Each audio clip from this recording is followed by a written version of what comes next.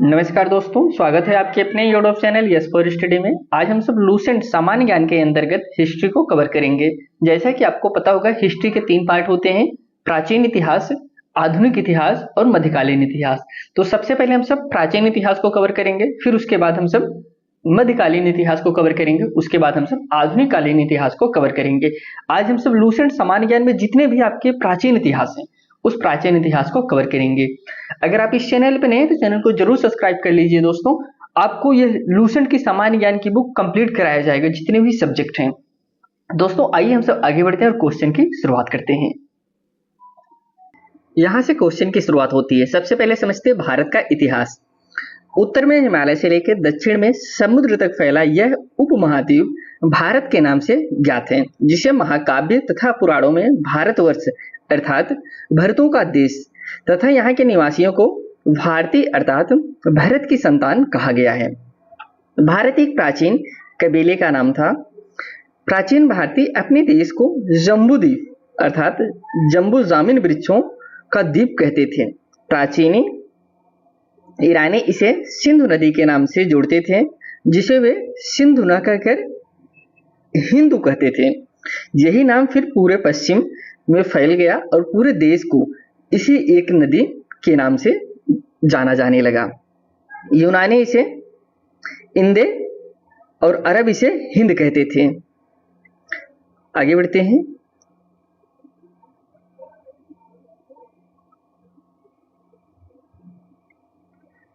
मध्यकाल में इस देश को हिंदुस्तान कहा जाने लगा। यह शब्द भी फारसी शब्द हिंदू से बना है। यूनानी भाषा के इंदे के आधार पर अंग्रेज इसे इंडिया कहने लगे। यहाँ पे आप समझ गए होंगे कि हमारे देश हिंदुस्तान नाम कैसे पड़ा और इंडिया नाम कैसे पड़ा। आगे बढ़ते हैं। विंध्य के पर्वत श्रृंखला देश को उत्तर और दक्षिण 2 भागों में बांटती है। उत्तर को इंडो यूरोपीय परिवार की भाषा बोलने वालों की और दक्षिण में द्रविड़ परिवार की भाषाएं बोलने वालों की बहुमत है। कह रहे हैं कि उत्तर में दोस्तों इंडो यूरोपीय परिवार की भाषाएं ज्यादा बोली जाती हैं और वहीं दक्षिण में दक्षिण परिवार की भाषाएं बोलने की संख्या ज्यादा है। आगे बढ़ते हैं।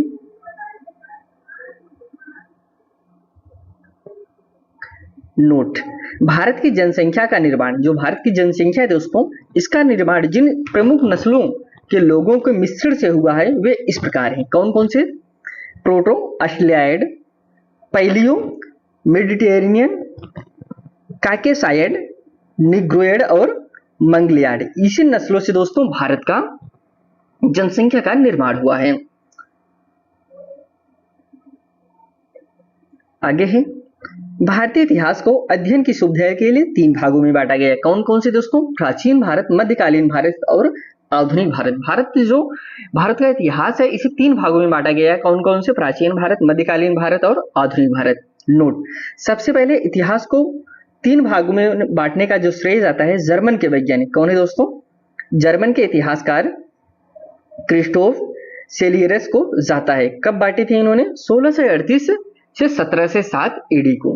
अब यहां से हम सब शुरू करते हैं प्राचीन भारत। सबसे पहले हम सब समझेंगे यही प्राचीन भारत के जो महत्वपूर्ण पॉइंट है जिससे आपके एग्जाम में क्वेश्चन पूछे जाते हैं, उन पॉइंट को समझते हैं। अगर आप इस चैनल पे नए थे दोस्तों, चैनल को जरूर सब्सक्राइब कर लीजिए। यहाँ पे आपको कंप्लीट लूसेंट जीके कराया जाएगा। प्राचीन भारतीय इतिहास के स्रोत दोस्तों, सबसे पहले हम स्रोत समझते हैं। प्राचीन भारतीय इतिहास के विषय में जानकारी मुख्यतः 4 स्रोतों से प्राप्त होती है। पहला कहां से होता है? धर्म ग्रंथ से, ऐतिहासिक ग्रंथ से, विदेशियों का विवरण से और पुरातत्व संबंधी साक्ष्य से। इन्हीं सब साक्ष्यों से दोस्तों हमको प्राचीन इतिहास की जानकारी मिलती है। सबसे पहले धर्म ग्रंथ की बात करते हैं तो धर्म ग्रंथ ऐतिहासिक ग्रंथ से मिलने वाली महत्वपूर्ण जानकारी। भारत का सर्वप्राचीन धर्म ग्रंथ वेद है। सबसे प्राचीन जो धर्म ग्रंथ है दोस्तों क्या है? वेद है, जिसके संकलनकर्ता महर्षि कृष्णानंद द्वैपायन वेद व्यास को माना जाता है। वेद वसुवैध कुटुंबकम का उपदेश देता है। भारतीय परंपरा वेदों को नित्य तथा अपौरुषेय मानती है। वेद 4 प्रकार के हैं दोस्तों। कितने हैं? 4 प्रकार के। ऋग्वेद, यजुर्वेद, सामवेद और अथर्ववेद। इन 4 वेदों को मिला के क्या कहा जाता है? संहिता कहा जाता है। अब सबसे पहले समझते हैं ऋग्वेद। ऋग्वेद ऋचाओं को क्रमबद्ध ज्ञान के संग्रह को ऋग्वेद कहा जाता है। इसमें 10 मंडल, 1028 सूक्त वालिखिल पाठ का 11 सूक्तों सहित दोस्तों टोटल 10 मंडल और 1028 सूक्त एवं 10,004 से 62 ऋचाएं। इस वेद के ऋचाओं को पढ़ने वाले को ऋषि को क्या कहते हैं? होत्र कहते हैं। इससे बहुत बार आपके एग्जाम में क्वेश्चन पूछा है कि जो वेद ऋचाओं को पढ़ने वाले ऋषि को क्या कहा जाता है, तो आप जानते रहे होत्र कहा जाता है। इस वेद से आचार्य की राजनीतिक प्रणाली, इतिहास एवं ईश्वर की महिमा के बारे में जानकारी मिलती है। विश्वामित्र द्वारा रचित ऋग्वेद के तीसरे मंडल में सूर्य देवता सावित्री को समर्पित प्रसिद्ध गायत्री मंत्र है। इसके 9वें मंडल में देवता सोम का उल्लेख है। देखिए, गायत्री मंत्र बहुत बार पूछा गया आपके एग्जाम में कि गायत्री मंत्र कहाँ पे है। आप जानते रहे कहाँ पे है दोस्तों? विश्वामित्र द्वारा रचित ऋग्वेद के तीसरे मंडल में। किसमें? तीसरे मंडल में सूर्य देवता सावित्री का समर्पित प्रसिद्ध गायत्री मंत्र है। आगे बढ़ते हैं। इसके 8वें मंडल में हस्तलिखित ऋचाओं को खिल कहा जाता है। चतुर्वर्ण समाज की कल्पना का आदि स्रोत ऋग्वेद के 10वें मंडल में वर्णित पुरुष सूक्त है, जिसके अनुसार 4 वर्ण ब्राह्मण, क्षत्रिय, वैश्य तथा शूद्र आदि पुरुष ब्रह्मा के क्रमशः मुख, भुजाओं, जांघों और चरणों से उत्पन्न हुए हैं। यह दोस्तों लिखा कहा गया है? यह लिखा गया आपके वेद में लिखा गया है। आइए हम सब आगे बढ़ते हैं। ऋग्वेद के कई परिच्छेदों में प्रयुक्त अघन्य शब्द का संबंध गाय से है दोस्तों। अघन्य शब्द, यह आप ध्यान दीजिएगा, इससे एग्जाम में काफी बार क्वेश्चन पूछा गया है। अघन्य किसके लिए प्रयोग किया गया है ऋग्वेद में? आप जानते रहिए, इसका जो प्रयोग किया गया है गाय के लिए किया है, गाय से है। नोट: धर्मसूत्र 4 प्रमुख जातियों को स्थितियों, व्यवसायों, दायित्वों, कर्तव्यों तथा विशेषाधिकार में अस्पष्ट विभेद करता है। अब हम ईसा पूर्व और ईस्वी समझते हैं, क्योंकि अभी हम आपको आगे बहुत बार बताएंगे ईसा पूर्व, ईस्वी। तो अगर सबसे पहले आप यही समझ लीजिए कि ईसा पूर्व क्या है और ईस्वी क्या है, ताकि आपका कंसेप्ट क्लियर रहे। जब हम ईसा पूर्व की बात करें तो आप समझिए ईसा पूर्व कहाँ से कहाँ तक है, फिर ईस्वी की बात करें तो आप समझिए कहाँ से बात हो रही है। वर्तमान में प्रचलित ग्रेगोरियन कैलेंडर, ईसाई कैलेंडर, जूलियन कैलेंडर ईसाई धर्मगुरु ईसा मसीह के जन्म वर्ष पर आधारित है।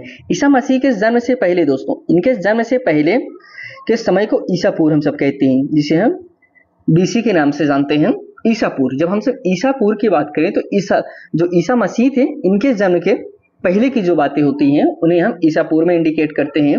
और उल्टा चलता है, जिसे हम 5000 से चलेंगे, 5000, 4999, फिर 4000, 3000, इस तरीके से बढ़ता है, उल्टा चलता है, कहा जाता है। ईसा पूर्व में वर्षों की गिनती उल्टी दिशा में होती है। जैसे महात्मा बुद्ध का जन्म 563 ईसा पूर्व में, उसकी मृत्यु कितने में हुई थी दोस्तों? 483 ईसा पूर्व में हुई थी।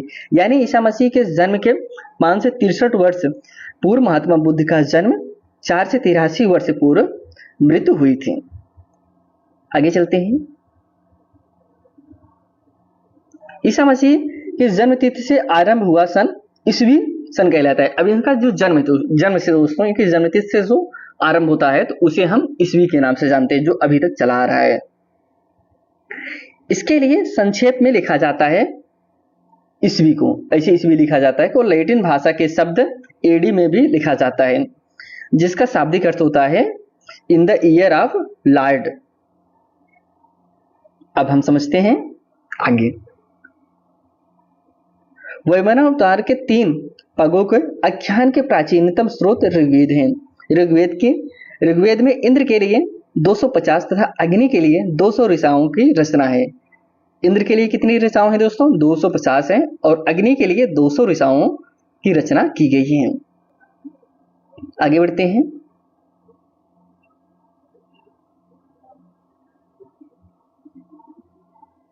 प्राचीन इतिहास के साधन के रूप में वैदिक साहित्य में ऋग्वेद के बाद शतपथ ब्राह्मण का स्थान है। अब हम समझते हैं यजुर्वेद। सस्वर पाठ के लिए मंत्रों तथा बलि के समय अनुपालन के लिए नियमों का संकलन यजुर्वेद कहलाता है। इसके पाठकर्ताओं को अर्धाव कहा जाता है।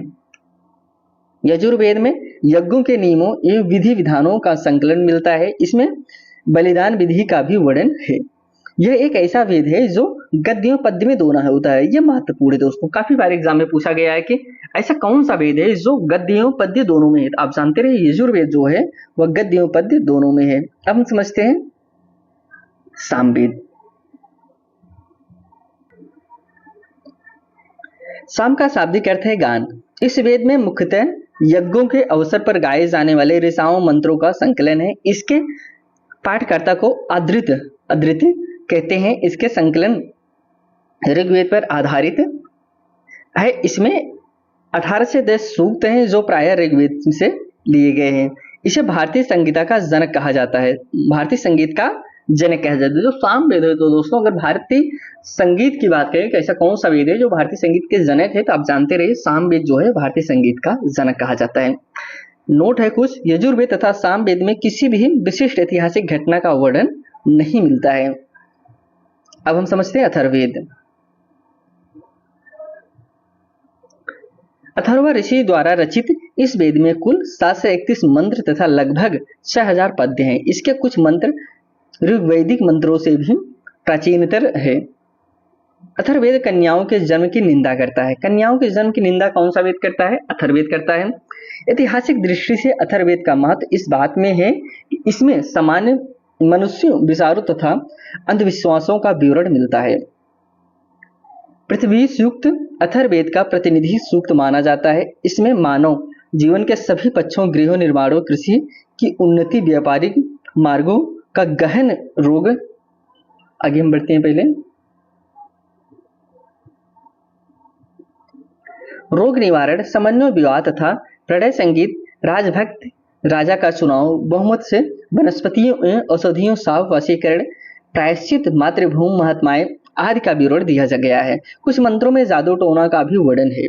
अथर्ववेद में परीक्षित को कुरुओं का राजा कहा गया है तथा कुरु देश के समृद्ध का अच्छा चित्रण मिलता है। आगे बढ़ते हैं।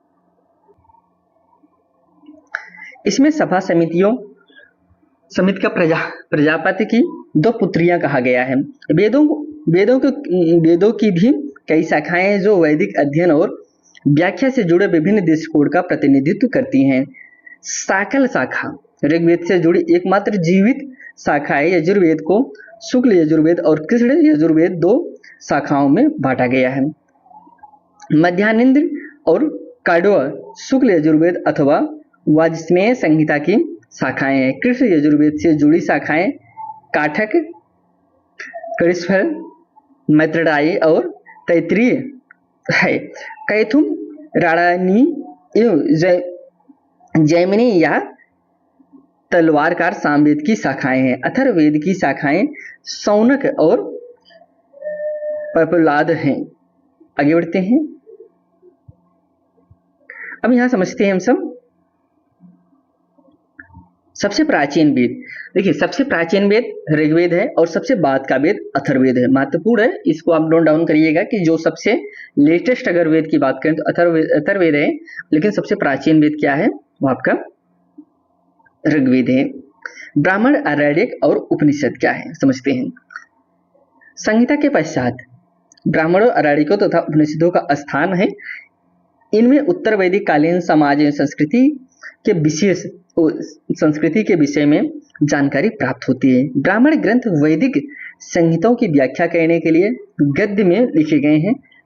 प्रत्येक संहिता के लिए अलग अलग ब्राह्मण ग्रंथ हैं, जिसे नीचे सारणी में दिए गए हैं। हम सब ब्राह्मण ग्रंथ को समझते हैं।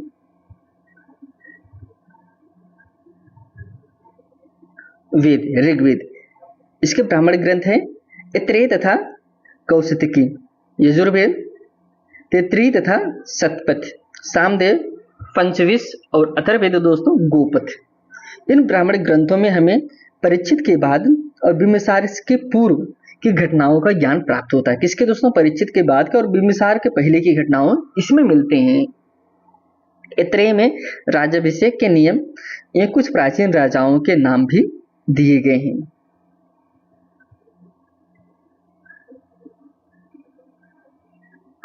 शतपथ में गंधार, शल्य, कैकेयी, कुरु, पंचाल, कोसल, विदेह आदि राजाओं का उल्लेख मिलता है। किसमें? शतपथ में। वैदिक साहित्य में ऋग्वेद के बाद शतपथ ब्राह्मण का स्थान है। आरण्यक में यज्ञ से जुड़े कर्मकांडों की दार्शनिक और प्रतीकात्मक अभिव्यक्ति है। उपनिषदों की संख्या कितनी है दोस्तों? 108 है, जिनमें से 13 को मूलभूत उपनिषद की श्रेणी में रखा गया है। इसमें यज्ञ से जुड़े दार्शनिक विचार, शरीर, ब्रह्मांड, आत्मा तथा ब्रह्म की व्याख्या की गई है। स्त्री की सर्वाधिक गिरी हुई स्थिति मैत्रेयनी संहिता से प्राप्त होती है। कैसे दोस्तों? कौन से? मैत्रेयनी से संहिता से प्राप्त होती है, जिसमें जुआ और शराब की भांति स्त्री को पुरुष का तीसरा मुख्य दोष बताया गया है।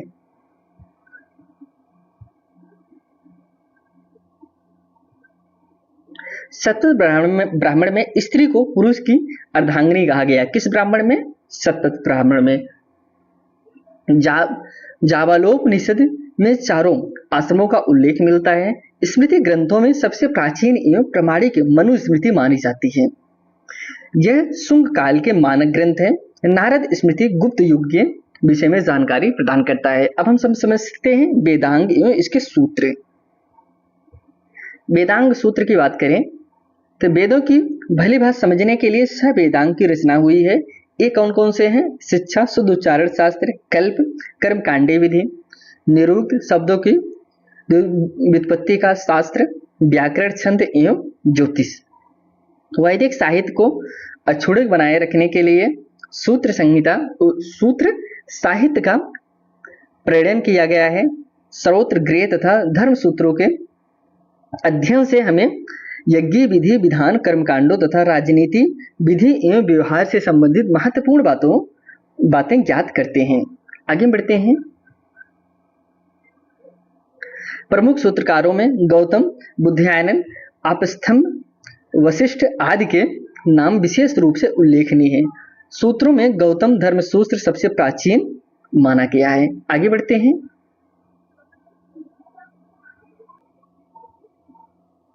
अब समझते हैं पुराण। भारतीय ऐतिहासिक कथाओं का सबसे अच्छा क्रमबद्ध विवरण पुराणों में मिलता है। इसके रचयिता लोमहर्ष अथवा इनके पुत्र उग्रश्रवा माने जाते हैं। पुराण के रचनाकार कौन है दोस्तों? लोमहर्ष हैं और इनके पुत्र जो हैं कौन थे? उग्रश्रवा को माना जाता है। इनकी संख्या 18 है, जिनमें से केवल 5 मत्स्य, वायु, विष्णु, ब्राह्मण एवं भागवत में ही राजाओं की वंशावली पाई जाती है। पुराण कौन कौन से? विष्णु पुराण संबंधित वंश कौन से दोस्तों? इसमें मौर्य वंश का उल्लेख मिलता है। मत्स्य पुराण में अंश 57 सातवाहनों का इसमें देखने को मिलता है। वायु पुराण में गुप्त वंश देखने को मिलता है। आगे बढ़ते हैं।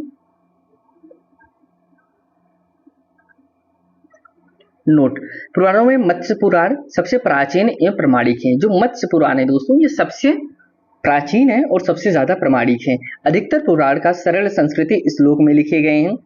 स्त्रियां तथा शूद्र जिन्हें वेद पढ़ने की अनुमति नहीं थी, वे भी पुराण सुन सकते थे। पुराणों का पाठ पुजारी मंदिरों में किया करते थे। सामाजिक एवं सांस्कृतिक दृष्टि से अग्नि पुराण का काफी महत्व है, जिसमें राजतंत्र के साथ साथ कृषि संबंधी विवरण भी दिया गया है। अब समझते हैं बौद्ध जन एवं अन्य साहित्य।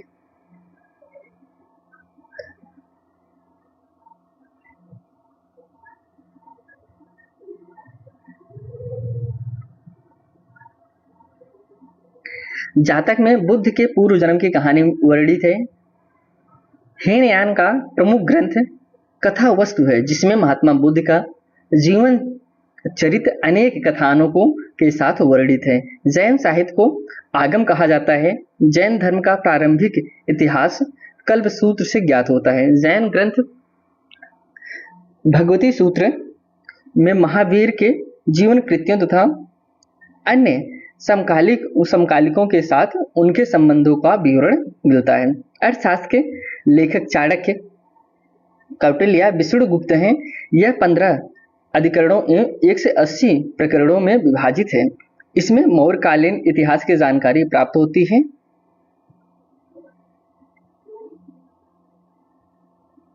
संस्कृति साहित्य में ऐतिहासिक घटनाओं को क्रमबद्ध लिखने का सर्वप्रथम प्रयास कल्हड़ के द्वारा किया गया था। किसके द्वारा? कल्हड़ के द्वारा किया गया था। कल्हड़ द्वारा रचित पुस्तक रजत रंगड़ी राजाओं की नदी है। इस ग्रंथ में 8 सर्ग हैं जिन्हें तरंगों की संख्या दी गई है। इसमें प्रारंभ से लेकर 12वीं सदी तक के कश्मीर के शासकों का वर्णन है। अरबों के सिंध विजय का वृत्तांत चचनामा लेखक अली अहमद में सुरक्षित है। आगे बढ़ते हैं। अब हम समझते हैं अष्टधाई। संस्कृत भाषा व्याकरण की प्रथम पुस्तक है। अष्टधाई जो है संस्कृत भाषा व्याकरण की सबसे पहली पुस्तक कौन सी है? अष्टधाई है। कि लेखक पढ़नी है। इसके लेखक कौन सी दोस्तों? पढ़नी है।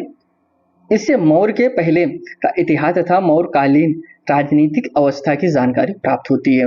नोट: अष्टधाई में पहली बार लीप शब्द का प्रयोग किया। लीप दोस्तों सबसे पहले कहां पे प्रयोग हुआ था? अष्टधाई में देखने को मिलता है।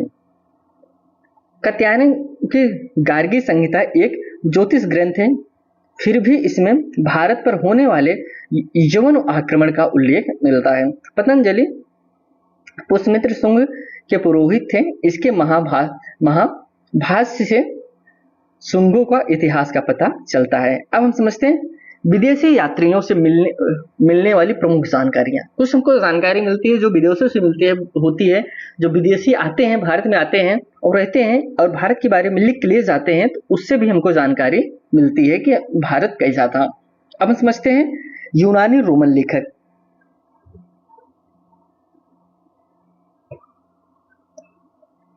टेसियस यह ईरानी का राजवैद था। भारत के संबंध में इसका विवरण आश्चर्यजनक कहानियों से परिपूर्ण होने के कारण अविश्वसनीय है। इसके बाद हेरोडोटस, इसे इतिहास का पिता। इतिहास का देखिए एक क्वेश्चन यहाँ से और बनता है, इतिहास के पिता किसे कहते हैं? हम इतिहास के पिता हेरोडोटस को कहते हैं। इसने अपनी पुस्तक हिस्टोरिका में 5वीं शताब्दी ईसा पूर्व के भारत फारस ईरान के संबंध का वर्णन किया है, परंतु इसका विवरण भी अनुश्रुतियों एवं अफवाहों पर आधारित है। इसके बाद सिकंदर के साथ आने वाले लेखकों निराकस, अनिक्रिस्टस तथा आरिस्टोबुलस का विवरण भी अधिक प्रमाणिक एवं विश्वसनीय है। इसके बाद मेगास्थनीज दोस्तों इनकी पुस्तक थी इंडिका।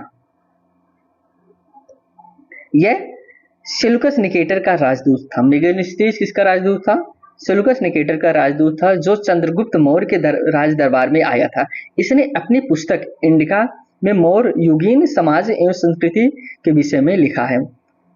डायमेकस यह सीरियन नरेश अंतियोकस का राजदूत था, जो बिंदुसार के राज दरबार में आया था। इसका विवरण भी मौर्य युग से संबंधित है। आगे बढ़ते हैं।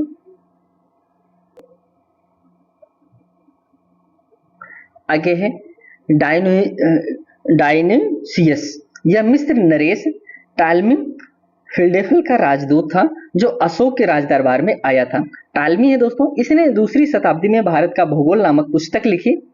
प्लिनी इसने प्रथम शताब्दी में नेचुरल हिस्ट्री नामक पुस्तक लिखी। इसमें भारतीय पशुओं, पेड़ पौधों, खनिज पदार्थों आदि के बारे में विवरण मिलता है। इसके बाद है दोस्तों पेरिपल्स ऑफ द इरिथ्रियन सी। इस पुस्तक के लेखक के बारे में जानकारी नहीं है। यह लेखक करीब 80 ईस्वी में हिंद महासागर की यात्रा पर आया था। इसने उस समय में भारत के बंदरगाहों तथा व्यापारिक वस्तुओं के बारे में जानकारी दी है। अब हम समझते चीनी लेखक। जो चीनी लेखक आया था फाहियान, या चीनी यात्री गुप्त नरेश चंद्रगुप्त द्वितीय के दरबार में आया था। इसने अपने विवरण में मध्य प्रदेश के समाज एवं संस्कृति के बारे में वर्णन किया है। इसने मध्य प्रदेश की जनता को सुखी एवं समृद्ध बताया है। यह 14 वर्षों तक भारत में रहा। इसके बाद है संयोगिन। यह 518 ईस्वी में भारत आया। इसने अपने 3 वर्षों की यात्रा में बौद्ध धर्म की प्राप्ति एकत्रित की। इसके बाद हेनसांग है दोस्तों, यह हर्षवर्धन के शासक। यह बहुत बार एग्जाम में पूछा गया कि हेनसांग, फाहियान और हेनसांग जो दोनों के बारे में काफी बार क्वेश्चन पूछा गया है। हेनसांग यह हर्षवर्धन के शासनकाल में भारत आया था। हेनसांग 629 ईस्वी में चीन से भारत वर्ष के लिए प्रस्थान किया था। कब दोस्तों? 629 ईस्वी में। लगभग 1 वर्ष की यात्रा के बाद सर्वप्रथम यह भारतीय राज्य कपिसा पहुंचा। भारत में 15 वर्ष तक ठहर कर 645 में चीन लौटा। वह बिहार में नालंदा जिले में स्थित नालंदा विश्वविद्यालय में अध्ययन करने तथा भारत से बौद्ध ग्रंथों को एकत्रित कर ले जाने के लिए आया था। इसका भ्रमण वृत्तांत सियुकी नामक प्रसिद्ध है, जिसमें 1 से 38 देशों का विवरण मिलता है। इसने हर्षकालीन समाज, धर्म तथा राजनीति के बारे में वर्णन किया। इसके अनुसार सिंध का राजा शूद्र था। आगे है, हेनसांग ने बुद्ध की प्रतिमा के साथ साथ सूर्य और शिव की प्रतिमा का भी पूजन किया था। हेनसांग का अध्ययन के समय नालंदा विश्वविद्यालय के कुलपति आचार्य शीलभद्र थे। कौन से दोस्तों? आचार्य शीलभद्र थे। यह विश्वविद्यालय बौद्ध दर्शन के लिए प्रसिद्ध था। इसके बाद है दोस्तों इत्सिंग। यह 7वीं शताब्दी के अंत में भारत आया। इसने अपने विवरण में नालंदा विश्वविद्यालय, विक्रमशिला विश्वविद्यालय तथा अपने समय का भारत का वर्णन किया था। इसके बाद अरबी लेखक की बात करें तो अरबी जो लेखक थे अलबरूनी इसमें प्रमुख है। अलबरूनी यह महमूद गजनवी के साथ भारत आया था। अलबरूनी खारिज़म या खीव आधुनिक तुर्कमेनिस्तान का रहने वाला था।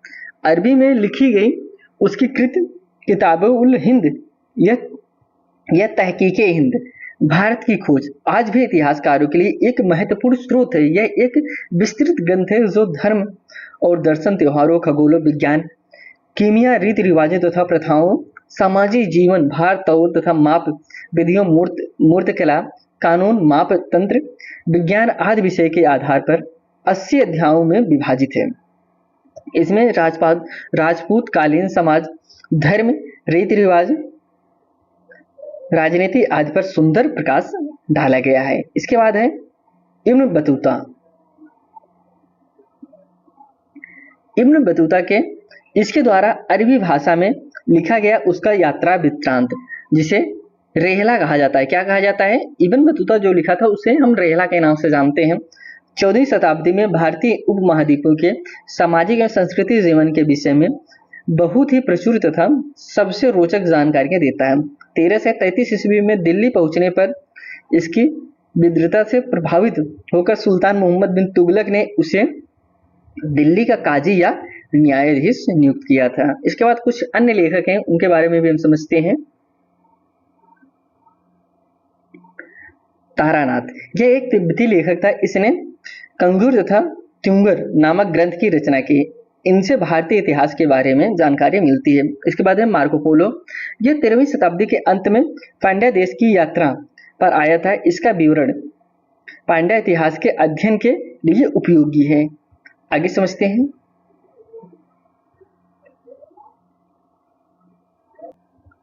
अब हम समझते हैं पुरातत्व संबंधी शास्त्र से मिलने वाली जानकारी। हमको कुछ जानकारी जो पुरातत्व से मिलती है उसको समझते हैं। भारतीय पुरातत्व शास्त्र का पितामह किसे कहा जाता है? एलेक्जेंडर कनिंघम को कहा जाता है। 1400 ईस्वी पूर्व में अभिलेख बोगाजकोई एशिया माइनर से वैदिक देवता मित्र, वरुण, इंद्र और नास्यत्य अश्विनी के नाम से मिलते हैं। मध्य भारत में भागवत धर्म विकसित होने का प्रमाण यवन राजदूत होलियोडोरस के वेशनगर गरुड़ स्तंभ लेख से प्राप्त होता है। सर्वप्रथम भारतवर्ष का जिक्र हाथी गुम्फा अभिलेख में है। सर्वप्रथम दुर्भिक्ष का जानकारी देने वाला अभिलेख सौगौरा अभिलेख है। इस अभिलेख में संकट काल में उपयोग हेतु खाद्यान्न सुरक्षित रखने का भी उल्लेख है। आगे बढ़ते हैं। सर्वप्रथम भारत पर होने वाले हुड़ आक्रमण की जानकारी भीतरी स्तंभ लेख से प्राप्त होती है। सती प्रथा का पहला लिखित साक्ष्य एरड़ अभिलेख शासक भानुगुप्त से प्राप्त होती है। सातवाहन राजाओं का पूरा इतिहास उनके अभिलेखों के आधार पर लिखा गया है। रेशम बुनकर की श्रेणियों की जानकारी मंदसौर अभिलेख से प्राप्त होती है। कश्मीरी नौपाषाणिक पूरा स्थल बुर्ज होम से गिरतावास गड्ढा घर का साक्ष्य मिलता है। इनमें उतरने के लिए सीढ़ियां होती हैं। यहाँ मनुष्य के साथ उसके पालतू कुत्ते को भी दफनाने की प्रथा प्रचलित है। प्राचीनतम सिक्कों को आहत सिक्के कहा जाता है। जो प्राचीनतम सिक्के थे उन्हें हम आहत सिक्कों के नाम से जानते हैं। इसी को साहित्यिक कर्षापण कहा गया है। आगे बढ़ते हैं। सर्वप्रथम सिक्कों पर लेख लिखने का कार्य यवन शासकों ने किया था। सबसे पहले जो सिक्कों पर लेख लिखने का कार्य दोस्तों यह यवन के शासक ने किया था। समुद्रगुप्त की बीड़ा बजाते हुए मुद्रा वाले सिक्के से उसकी संगीत प्रेमी होने का प्रमाण मिलता है। अरकामेडु पुदुचेरी के निकट से रोमन सिक्के प्राप्त हुए हैं। नोट, सबसे पहले भारत में संबंध बर्मा सुवर्णभूमि वर्तमान में म्यांमार, मलाया स्वर्णद्वीप, कंबोडिया, कंबोज और जावा द्वीप से स्थापित हुए हैं। हम कुछ अभिलेख समझते हैं जो महत्वपूर्ण अभिलेख हैं और उसके शासनकाल समझते हैं। हाथी गुम्फा अभिलेख तिथि रहित अभिलेख है जो कि कलिंग राजा शासक किसके खारवेल हैं।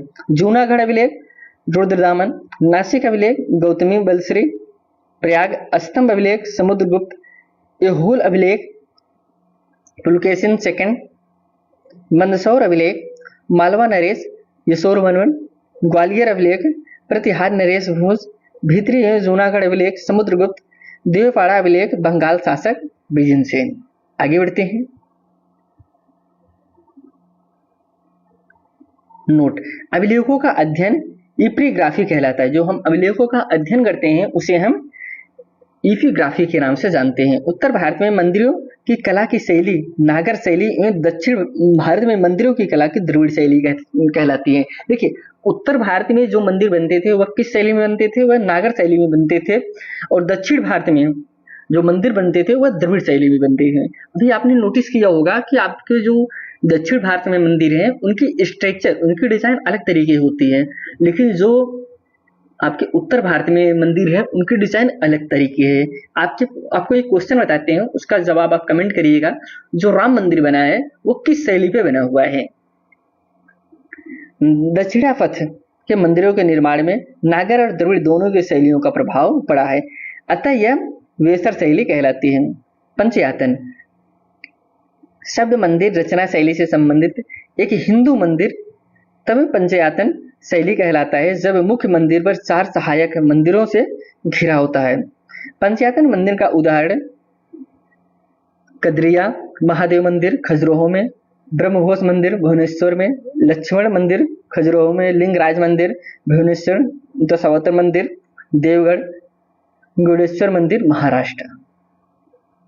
अब हम समझते हैं प्रागैतिहासिक काल के बारे में। क्या दोस्तों? प्रागैतिहासिक काल। इतिहास का विभाजन प्रागैतिहास, अध इतिहास एवं इतिहास 3 भागों में बांटा गया है। इतिहास का जो विभाजन है दोस्तों प्रागैतिहासिक में बांटा गया है, अर्ध ऐतिहासिक में बांटा गया है, इतिहास में बांटा गया है। अब हम तीनों को समझते हैं, तीनों को हम किस श्रेणी में रखते हैं।